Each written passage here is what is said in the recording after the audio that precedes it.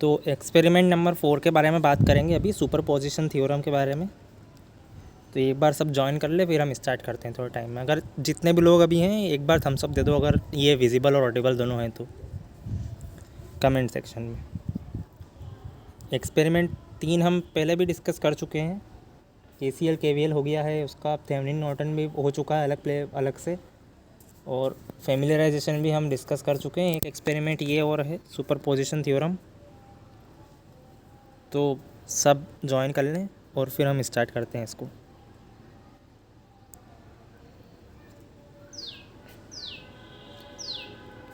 ठीक है, तो स्टार्ट करते हैं प्रैक्टिकल को। यह जो डायरेक्ट वाइवा जो क्वेश्चंस रहेंगे हमारे, क्या एक्सपेक्टेड क्वेश्चंस हो सकते हैं वो देख लेते हैं एक बार सुपरपोजिशन थ्योरम के बारे में। तो अभी तक हमने जैसे पढ़ा कि KCL KVL के एक्सपेरिमेंट के वाइवा क्वेश्चंस हम देख रहे थे। तो हमने पहला क्वेश्चन यही देखा था normally, that what is KCL and what is KVL। सो बिल्कुल यहाँ पे भी पहला क्वेश्चन यही रहेगा, that what is superposition theorem. ठीक है, सुपरपोजिशन थ्योरम क्या होती है। एक डेफिनेशन ज़रूर आपको हर थ्योरम की आनी चाहिए। कल आपसे अगर थ्योरी पार्ट से भी पूछा जाए या प्रैक्टिकल पार्ट से भी, हर थ्योरम के लिए अपन ने करा हुआ है एक्सपेरिमेंट, तो डेफिनेशन ज़रूर आनी चाहिए अच्छे से बोलते हुए हमको। चाहे वो थेवेनिन हो, नॉर्टन हो, सुपरपोजिशन हो, या मैक्सिमम पावर ट्रांसफ़र थ्योरम हो, सोर्स ट्रांसफॉर्मेशन, इनकी डेफिनेशन ज़रूर आनी चाहिए। तो वो एक बार ज़रूर रिवाइज़ कर लेना सभी। तो जिसको भी पता हो एक बार लिख के बता दो कमेंट बॉक्स में, व्हाट इज़ सुपरपोजिशन थ्योरम, क्या होती है सुपरपोजिशन थ्योरम, क्या उसका स्टेटमेंट क्या रहता है। उसका स्टेटमेंट रहता है कि ये जो थ्योरम होती है, जो इंडिपेंडेंट सोर्सेस होते हैं हमारे, या 2 और मोर जहाँ पे कलेक्टिव एक्टिव सोर्स होते हैं, या इंडिपेंडेंट सोर्स भी बोल सकते हैं हम उनको, वहीं पे सुपरपोजिशन थ्योरम अप्लाई करते हैं। तो उसका क्या स्टेटमेंट रहेगा। पहली बात तो ये थ्योरम जो है ये भी इलेक्ट्रिक सर्किट को एनालाइज करने में हेल्पफुल होती है, करंट फाइंड कर सकते हैं हम इससे। उसके बाद कहाँ पे किस सर्किट में अप्लाई हो सकती है, जहाँ पे 2 और मोर एक्टिव सोर्सेस हमारे लगे हों।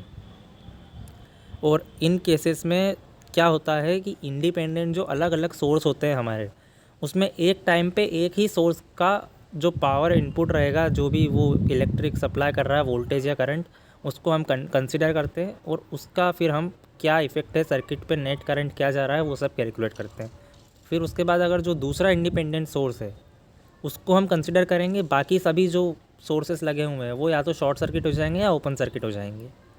उस सोर्स का क्या रहेगा इफ़ेक्ट सर्किट पे, करंट निकालना, ये सब हम यहाँ पे कैलकुलेट करेंगे। तो इस तरह से अलग अलग करके और फिर दोनों को हम ऐड कर देते हैं।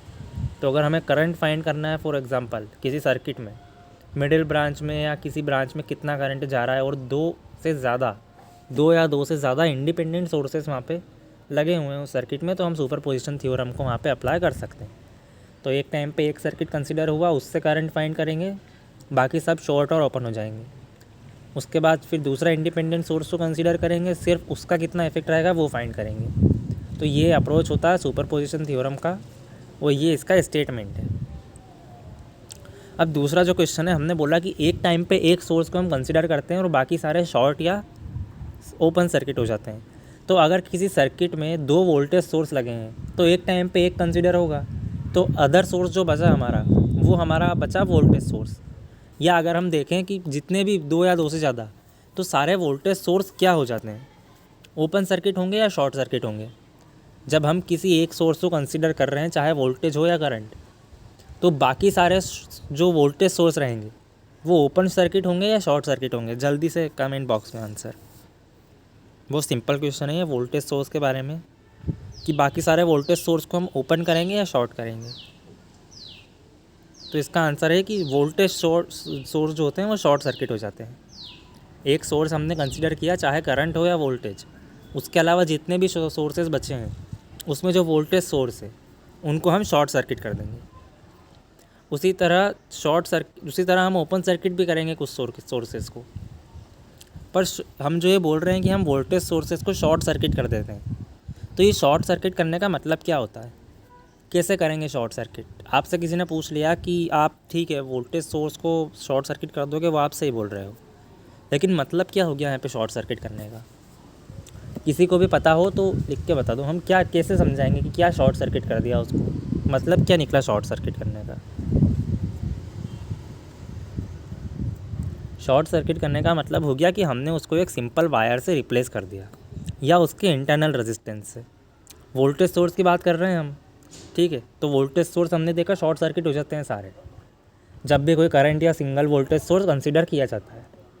तो वोल्टेज सोर्स का इंटरनल रेजिस्टेंस होता है 0, तो इंटरनल रेजिस्टेंस 0 हो गया, उससे हमने उसको रिप्लेस कर दिया, मतलब एक सिंपल वायर डाल देंगे हम वहाँ पे।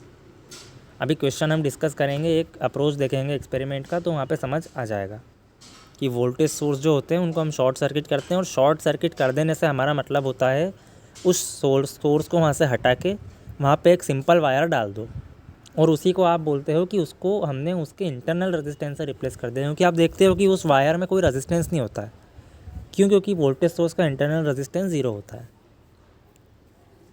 अब जैसे वोल्टेज सोर्स जो होते हैं वो शॉर्ट सर्किट हो जाते हैं, तो ये क्वेश्चन भी बहुत सिंपल है कि बाकी सारे करंट सोर्स जो रहेंगे वो क्या हो जाएंगे, वो ओपन सर्किट हो जाएंगे ऑब्वियसली। अगर वोल्टेज सोर्स अगर शॉर्ट सर्किट हो रहे हैं तो जितने भी करंट सोर्स बचे हमारे, जब हम किसी एक सोर्स को कंसिडर कर रहे हैं तो वो सारे करंट सोर्स बाकी के ओपन सर्किट हो जाएंगे। उसके बाद अब ये थोड़ा मेन क्वेश्चन है कि अब हम 2 टाइप के सर्किट्स भी देख लेंगे, पर उसके पहले एक क्वेश्चन ये आपने पढ़ा भी हुआ है MCQ में भी और असाइनमेंट्स में भी किया हुआ है कि सुपरपोजिशन थ्योरम किसके लिए वैलिड नहीं होती है। यह क्वेश्चन का जो डायरेक्ट मतलब है अगर हम वो देखें तो ये पूछना ये चाह रहा है किस टाइप के सर्किट के लिए ये एप्लीकेबल या वैलिड नहीं होती है सुपरपोजिशन थ्योरम।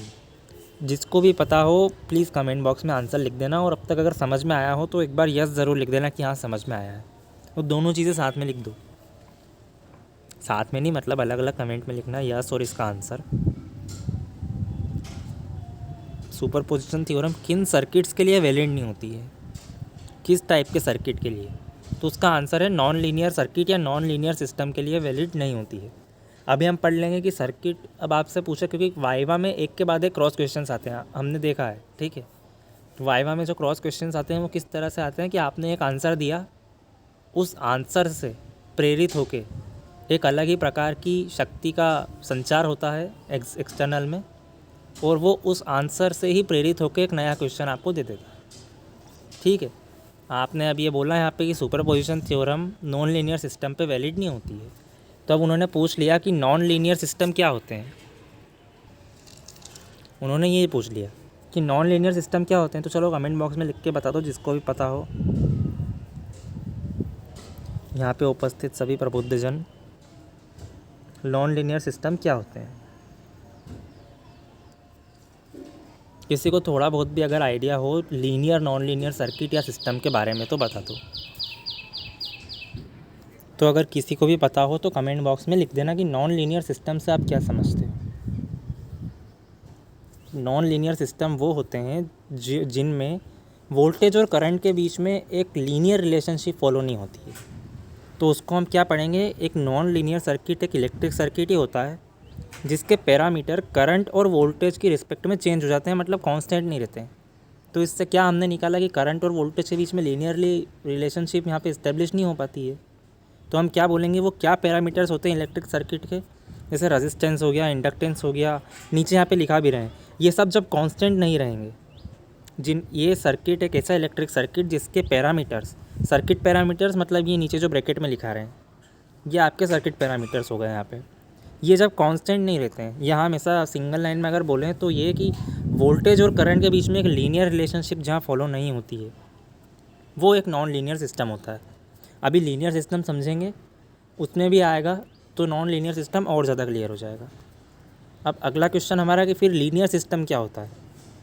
तो जैसा हमने बोला जहाँ पे फॉलो नहीं होती लीनियर रिलेशनशिप वो नॉन लीनियर, तो जहाँ पे फॉलो हो रही हो उसको क्या बोलेंगे, लीनियर सिस्टम या लीनियर सर्किट। लीनियर रिलेशनशिप का मतलब क्या हो गया कि जहाँ पे वोल्टेज और करंट के बीच में लीनियर रिलेशनशिप है, तो उसको हम कैसे डिनोट करेंगे यहाँ पे, वो ऐसे होता है कि अगर एक ग्राफ हम कंसिडर करें, ये V और ये I, ठीक है, तो एक स्ट्रेट लाइन आनी चाहिए यहाँ पे V और I के ग्राफ में। V मेरा 0 है तो मेरा करंट भी 0 है, V 1 हुआ तो करंट भी यहाँ पे 1 हो गया, V 2 हुआ करंट भी 2 हो गया, ठीक है, एंड वाइस वर्सा चलता जाएगा। तो ये जो पॉइंट्स यहाँ पे आ रहे हैं ये सेम लाइन पे आ रहे हैं, ये देखो ये वाला ये पॉइंट, और जैसे जैसे आगे बढ़ता जाएगा तो एक हमको जो ग्राफ मिल रहा है वो क्या मिल रहा है, एक स्ट्रेट लाइन मिल रही है करंट और वोल्टेज के बीच में। तो ये एक लीनियर रिलेशनशिप हो गई। लीनियर सर्किट में हमको यही ग्राफ मिलता है अगर हम प्लॉट करें तो। पर अगर हम वहीं पे अगर एक नॉन लीनियर सर्किट के बारे में बात करें तो नॉन लीनियर सर्किट क्या रहेगा, जहाँ पे एक कर्व मिल जाएगा हमको इस तरह का, ये वोल्टेज और ये करंट, ठीक है। वहाँ पे हमको क्या मिल रहा था, एक ये ऐसी स्ट्रेट लाइन मिल रही थी लीनियर सर्किट में। लीनियर सर्किट में ऐसी स्ट्रेट लाइन मिली, और नॉन लीनियर में हमको ये कर्व मिला यहाँ पे आई और वी के बीच में, ये इस तरह का कोई कर्व आ जाएगा। तो जहाँ पे लीनियर रिलेशनशिप इस्टेब्लिश नहीं हो पाती वो नॉन लीनियर सर्किट, या जहाँ पे हम कहते हैं कि सर्किट पैरामीटर्स जो होते हैं वो कांस्टेंट नहीं होते। क्या हो गए सर्किट पैरामीटर्स, वो ये हो गए रेजिस्टेंस, इंडक्टेंस, कैपेसिटेंस, ये सब सर्किट पैरामीटर्स हो गए हमारे। ये कांस्टेंट नहीं रहते हैं, क्यों? क्योंकि वोल्टेज सर्क और करंट के बीच में लीनियरली कोई रिलेशनशिप इस्टेब्लिश नहीं हो पाती है। एक कर्व वाला ग्राफ मिलता है हमको, और वहीं पे लीनियर सर्किट क्या होगा, जहाँ पे एक लीनियर रिलेशनशिप रहेगी और सारे जो पैरामीटर रहेंगे सर्किट पैरामीटर्स वो कांस्टेंट रहेंगे। अब एक और क्वेश्चन आता है कि सुपरपोजिशन थ्योरम जो है वो पावर कैलकुलेशन के लिए यूज़फुल नहीं होती है। किसी को भी अगर रीज़न पता हो इसका तो बता दो कमेंट बॉक्स में। सुपरपोजिशन थ्योरम पावर कैलकुलेशन के लिए नहीं होती है एप्लीकेबल, हम पावर कैलकुलेट नहीं कर सकते। तो इसका जो रीज़न रहेगा कि ये क्यों एप्लीकेबल नहीं होती है वो भी यही रहेगा कि पावर जो है एक नॉन लीनियर फंक्शन है। पावर एक नॉन लीनियर फंक्शन है, क्योंकि पावर का फॉर्मूला अगर हम देखें तो क्या होता है, power is equal to V into I, V multiplied by I. तो अब देखो दोनों ही हमारे पैरामीटर जिनकी बात कर रहे हैं हम, मतलब लीनियर और नॉन लीनियर सर्किट कहाँ डिपेंड हो गए, वोल्टेज और करंट की लीनियर रिलेशनशिप पे। अब पावर कैलकुलेशन में तो दोनों का ही मल्टीप्लाई हो जाता है साथ में, तो क्या ये लीनियर हुए? पावर कैलकुलेशन में वोल्टेज और करंट का हम मल्टीप्लाई कर देते हैं, ठीक है। या अगर और भी हम फार्मूला देखें तो आई स्क्वायर आर हो जाता है, ठीक है, ये हो जाता है, या वी स्क्वायर भी हो जाता है, वी स्क्वायर बाय आर, वो भी पावर के ही फार्मूले रहते हैं। तो ये लीनियर हुआ क्या? नहीं, क्यों? क्योंकि पावर यहाँ पे 2 हो गई, ठीक है, और यहाँ पे पावर दोनों की भले ही बने लेकिन दोनों एक ही साइड में, ठीक है। तो पावर कैलकुलेशन का जो फार्मूला होता है वो क्या हो जाता है, नॉर्मल फार्मूला सिंपल सा हमारा वोल्टेज मल्टीप्लाइड बाय करंट। और हमने देखा कि जो लीनियर और नॉन लीनियर सर्किट है वो कैसे पता चलते हैं, इन वोल्टेज और करंट की ही लीनियर रिलेशनशिप को देखते हुए।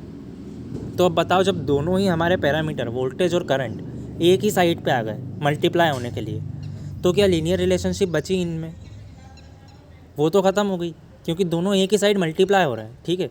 पावर कैलकुलेशन जो होता है या तो वोल्टेज और करंट का मल्टीप्लाई करके निकाल लो, या आई स्क्वायर आर और वी स्क्वायर में तो आर में तो आपको पता ही चल जाएगा, जो अलग अलग और फार्मूला होते हैं पावर के, आई स्क्वायर आर और वी स्क्वायर बाय आर, तो उसमें तो स्क्वायर हो गया, तो वहीं लीनियर नहीं बचे ये दोनों। तो इसीलिए जो पावर कैलकुलेशन होता है वो इसीलिए यूज़फुल नहीं होता है, क्योंकि पावर जो है एक लीनियर फंक्शन नहीं है वोल्टेज और करंट का। और हमने देखा सुपरपोजिशन थ्योरम जो है वो सिर्फ लीनियर नेटवर्क पे ही काम करती है, नॉन लीनियर पे नहीं करती।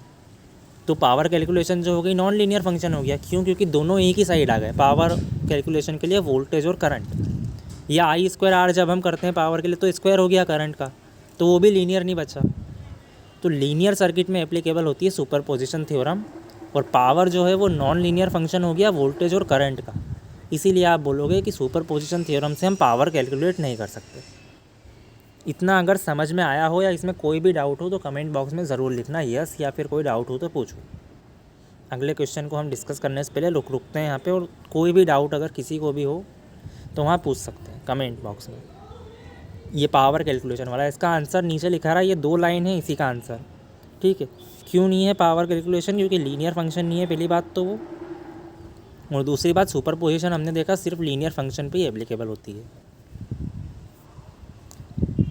अब देखो एक क्वेश्चन जो हमने हर एक्सपेरिमेंट में डिस्कस किया है, कि आपसे वैसे पूछेंगे तो नहीं, जहाँ तक मुझे लगता है अब आप भी सोच सकते हो, खुद की पूरा एक्सपेरिमेंट एक्सप्लेन करने के लिए नहीं बोलते, लेकिन फिर भी एक बार हमको थोड़ा सा अप्रोच जो है वो पता होना चाहिए, जिससे क्या होता है कि स्टेप्स क्लियर होती जाती है हमको, हम क्या क्या कर रहे हैं। क्योंकि सुपरपोजिशन हो, KCL KVL हो, इनसे रिलेटेड थियोरेटिकल क्वेश्चंस ही पूछे जाते हैं वाइवा में।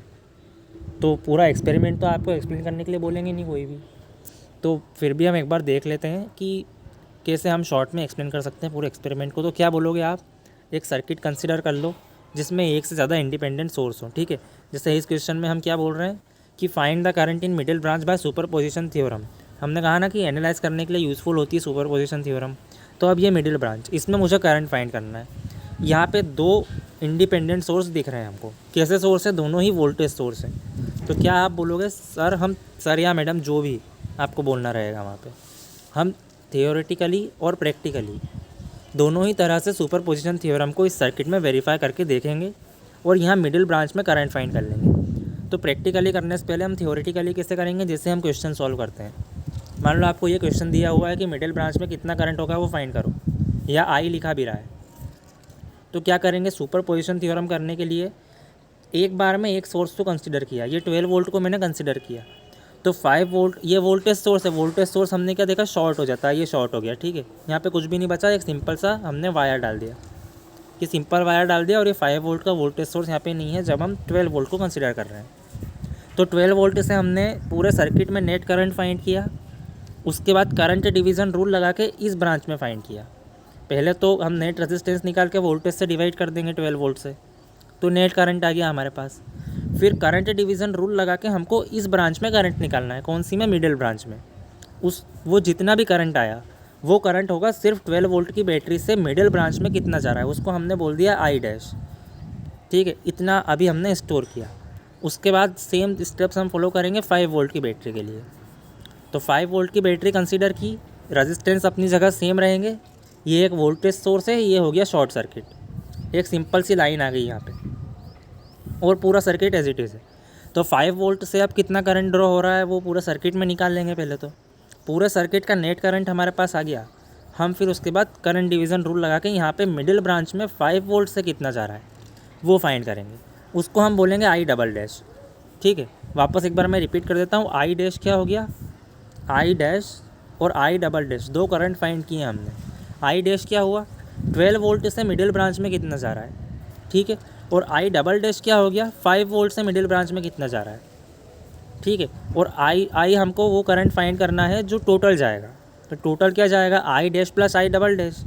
जो भी वैल्यू आएगी, मैग्नीट्यूड आएगा करंट का, उन दोनों को प्लस कर देंगे। तो ये हो गया थियोरेटिकली। अब आप प्रैक्टिकली इसको करके कैसे देखोगे कि एक सर्किट हम बनाएंगे, यही वाला सेम सर्किट। उसमें हम क्या करेंगे कि सेम सर्किट हमने इतना इतना बनाया जहाँ पे दोनों ही सोर्स एक्टिंग कर रहे हैं, ठीक है। दोनों ही सोर्स का इनपुट कुछ ना कुछ मिल रहा है। तो आप यहाँ पे एमीटर रख के देखोगे, जब दोनों ही सोर्स एक्टिव हैं हमारे, ऐसा सर्किट हम बनाएंगे जहाँ दोनों सोर्स लगे हुए हैं हमारे, किसी को भी शॉर्ट वगैरह अभी नहीं करना है। और इन दो पॉइंट्स में एमीटर रख के देखो कि इन दो पॉइंट्स पे एक तो ये हो गया, एक ये हो गया। इन दोनों पे एमीटर रख के देखोगे तो इस ब्रांच का जो भी करंट आएगा वो आपको नोट करना है कि कितना आ रहा है।